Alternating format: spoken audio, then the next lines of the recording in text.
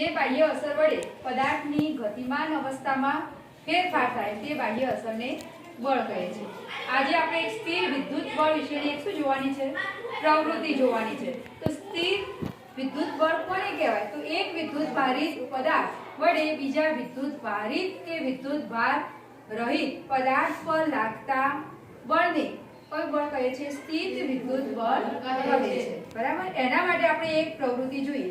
આપણે અહીંયા શું લીધેલી છે? બોલો. શું લીધી છે?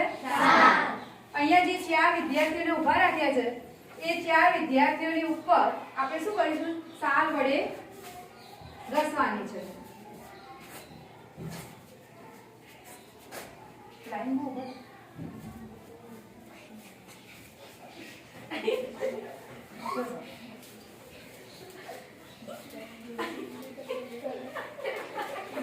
ચલો 1 2 3